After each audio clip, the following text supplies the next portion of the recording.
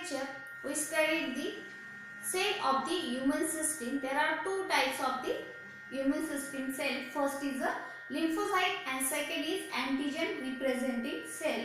In last lecture we start a lymphocyte cell, and in today's lecture we studied the mechanism of the response of the T lymphocytes to the antigen. म्हणजे ज्यावेळेस अँटीजनचा attack होतो त्यावेळेस कोणत्या मेकॅनिझमने काय केलं जातो, अँटीजन न्यूट्रलाइज करण्याचं काम केलं जातं टी लिम्फोसाइट्स मध्ये, हे आपण आजच्या लेक्चर मध्ये पाहणार आहे. Firstly the T lymphocytes come in contact with the antigen. म्हणजे ज्यावेळेस अँटीजनच्या कॉन्टॅक्ट मध्ये टी लिम्फोसाइट सेल येतात त्यावेळेस टी लिम्फोसाइट्स काय करते, क्लोन फॉर्म करते. फर्स्टली एक पर्टिक्युलर टी लिम्फोसाइट सेल अँटीजनच्या कॉन्टॅक्ट मध्ये आल्यानंतर ना ती काय करते, लगेच त्या अँटीजनला किल करत नाही, बरोबर. त्या अगेन्स्ट ती काय करते, क्लोन सेल्स फॉर्म करते. आता ह्या क्लोन सेल काय आहेत, ह्या क्लोन सेल काय आहेत, clone cell of the T lymphocyte similar to T lymphocyte cell. म्हणजे क्लोनिंगच झालेलं असतं त्या सेलचं थोडक्यात. म्हणजे एक टी लिम्फोसाइट सेल घेतली, कन्सिडर केली, ही टी लिम्फोसाइट सेल आहे.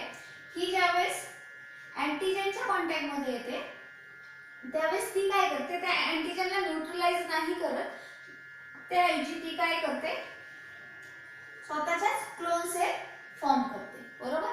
आणि त्या clone cell it similar to T lymphocyte cell. म्हणजे ह्या कशा असतात, टी लिम्फोसाइट सेल सारख्याच असतात पण त्यांचं फंक्शन कसं असतं, डिफरंट असतं. They perform a different function.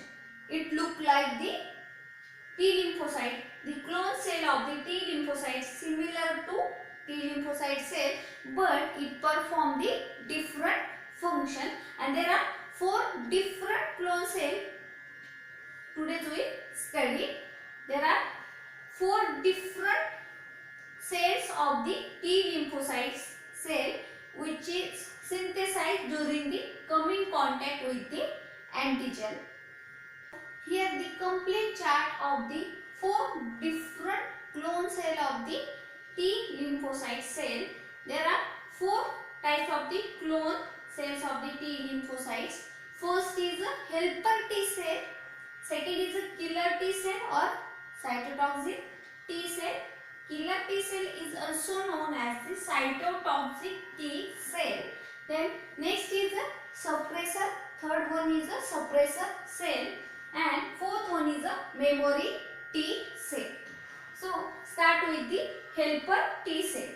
The firstly when antigen attack on the body and the T lymphocytes contact with the antigen, firstly it synthesizes clone cell, and the first clone cell is a helper T cell, and helper T cell synthesize or produce a lymphokinase. म्हणजे आता T lymphocyte sale ने काय केलं, helper T sale produce केली, म्हणजे cloning sale produce केली. दिसायला same आहे, टी लिम्फोसाइटच आहे पण तिचं फंक्शन डिफरंट आहे. त्या फंक्शन वरून तिला नाव दिले helper T cell. Firstly helper T cell काय करते, it produce lymphokinase. What is meant by the lymphokinase? Lymphokinase is a secretion secreted by the helper T cell. मग त्याचं फंक्शन काय आहे, it proliferate of the another cell. म्हणजे काय, ती ते जे काही लिम्फोकाइन्स आहे हे पॉलिफरेशन होण्यासाठी मदत करतं. म्हणजे अदर सेल काय व्हाव्या, पॉलिफरेट व्हाव्या, त्यांनीही ऍक्टिव्ह व्हावं. त्यामुळे हेल्पर टी सेल काय करते, लिम्फोकाइन्स सिक्रेट करते. ज्यावेळेस लिम्फोकाइन्स सिक्रेट होतं त्यावेळेस सेल काय होतात, अदर सेल काय होतात, पॉलिफरेट होतात. आणि त्यासोबत it stimulate B lymphocyte and macrophiles. म्हणजे हेल्पर टी सेल कशी मदत करते, फर्स्टली ज्यावेळेस अँटीजनचा अटॅक होईल टी लिम्फोसाइट काय होईल, क्लोन सेल फॉर्म करतील. 4 डिफरंट टाइपच्या क्लोन सेल फॉर्म करते एकाच वेळी. त्यामधली फर्स्ट कोणती, हेल्पर टी सेल आहे. हेल्पर टी सेल काय करेल, लिम्फोकाइन्स सिक्रेट करते, आणि लिम्फोकाइन्स मुळे काय होतं, सेल अदर ज्या सेल असतात त्या पॉलिफरेट होतात, डिस्ट्रीब्यूट होतात, आणि त्यासोबत जी काय बी लिम्फोसाइट सेल आहे, ही दुसरा टाइप लिम्फोसाइट सेलचा, ती स्टिम्युलेट करण्याचं काम लिम्फोकाइन्स करतात आणि अल्सो मॅक्रोफॅजेस. त्या मॅक्रोफॅजेस काय करतात, एंगल्फ करायचं काम करतात. अँटीजेन दुसरे मायक्रोब्स असतील किंवा इन्फेक्टेड सेल असतील, एंगल्फ करण्याचं काम मॅक्रोफॅजेसचं असतं. ह्या दोन्हींनाही स्टिम्युलेट करण्याचं काम कोण करतं, हेल्पर टी सेल. पण हेल्पर टी सेल काय सिक्रेट करून स्टिम्युलेट करण्याचं काम करते, lymphokines. It is a important. जर हेल्पर टी सेल आहे पण तिच्यामध्ये डिफेक्ट आहे, म्हणजे काय तिने प्रोड्यूस नाही केला लिम्फोकाइन्स, तर पॉलिफरेशन होणार नाही दुसऱ्या सेलचं आणि स्टिम्युलेट सुद्धा होणार नाही B lymphocyte cell and macrophages. So this is our first clone cell, helper T cell. Then second is a killer T cell, and killer T cell is also known as the cytotoxic T cell. Helper cell काय करते, फक्त लिम्फोकाइन्स secret करून फक्त stimulate आणि proliferation करण्याचं काम करते. पण जी काय किलर टी सेल आहे ही ऍक्च्युअली ग्राउंडवर काम करते. ही काय करते, डायरेक्ट अटॅक करते. जे काय अँटीजेन असेल, इट डायरेक्ट अटॅक और destroy microbes, invading microbes, infected body cell and cancer cell. म्हणजे ही ग्राउंड लेवलवर काम करते. ही काय करते, म्हणजे ज्यावेळेस अँटीजेनचा टी लिम्फोसाइट सोबत कॉन्टॅक्ट होईल, बरोबर, त्यावेळेस ती पहिली क्लोन सेल फॉर्म करेल. ती हेल्पर सेल आहे. कोणती, टी हेल्पर सेल. ती काय करेल, लिम्फोकाइन सेक्रेट करेल आणि अदर सेलला काय करेल, स्टिम्युलेट करेल. पण ग्राउंड लेवलला ती अशी क्लोन सेल फॉर्म करणार आहे, तिला आपण म्हटले किलर टी सेल और साइटोटॉक्सिक टी सेल. ही काय करते, डायरेक्ट अटॅक करते त्या अँटीजेनवर. मग तो अँटीजेन कोणत्या टाईपचा असेल, इन्व्हायडिंग मायक्रोब्स असतील किंवा बॉडीच्या इन्फेक्टेड सेल असतील किंवा कॅन्सर सेल असेल, त्यांना डायरेक्ट किल करण्याचं काम कोण करतं, किलर टी सेल. ती कशी करते kill, firstly the killer T cell bind to the infected cell and release the perforins. This is also important. आता किलर टी सेल डायरेक्ट काय करते, अटॅक करते. पण कसं अटॅक करते, ती एक परफोरिन्स नावाचं केमिकल सिक्रेट करते, रिलीज करते. त्या परफोरिन्समुळे काय होतं, जी काही इन्फेक्टेड सेल असेल किंवा तो अँटीजेन असेल, त्याच्या बॉडीला काय होतात, होल्स पडतात आणि ती सेल कशी होते, डेड होते, किल केली जाते. दी killer T cell bind to the infected cell and release a perforin, and perforins form a hole in the infected cell, and also it secrete a chemical which kill the infected body cell and cancer cell. So this is about the killer T cell or cytotoxic T cell. म्हणजे एक toxic chemical secret करते, त्यामुळे काय होतात, antigen किल केले जातात, बरोबर. त्यामुळे किलर टी सेललाच आपण काय म्हणतो, cytotoxic T cell. Then next clone cell is a suppressor cell. म्हणजे पहिल्यांदा कोणता क्लोन बनवला, हेल्पर टी सेल. त्याने काय सिक्रेट केले, लिम्फोकाइन्स, आणि ती काय करते, स्टिम्युलेट करते अदर सेलला. दुसरा क्लोन सेल बनवलाय किलर टी सेल. ती काय सिक्रेट करते, परफॉर्मिन, आणि ती डायरेक्ट अटॅक करते ग्राउंड लेवलला अँटीजेन, मायक्रोब्स किंवा इन्फेक्टेड बॉडी सेल असेल किंवा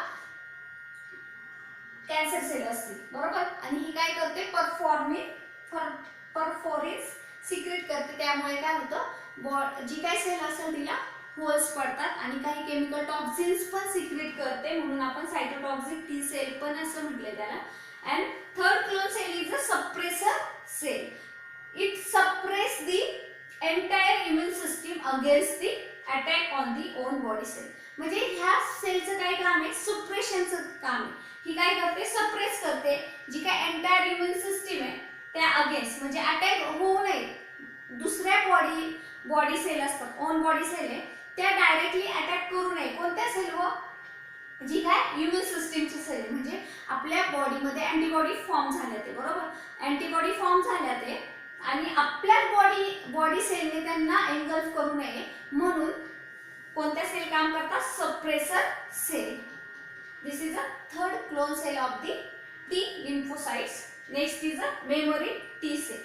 This is the last clone cell of the T lymphocytes.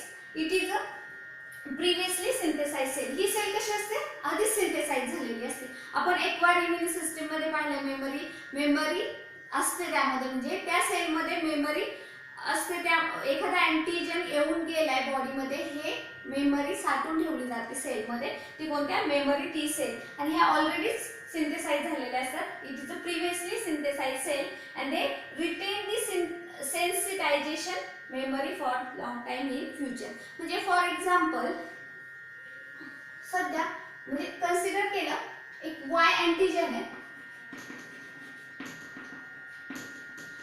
Y अँटीजनने काय केलंय, बॉडीवर अटॅक केलाय, बरोबर.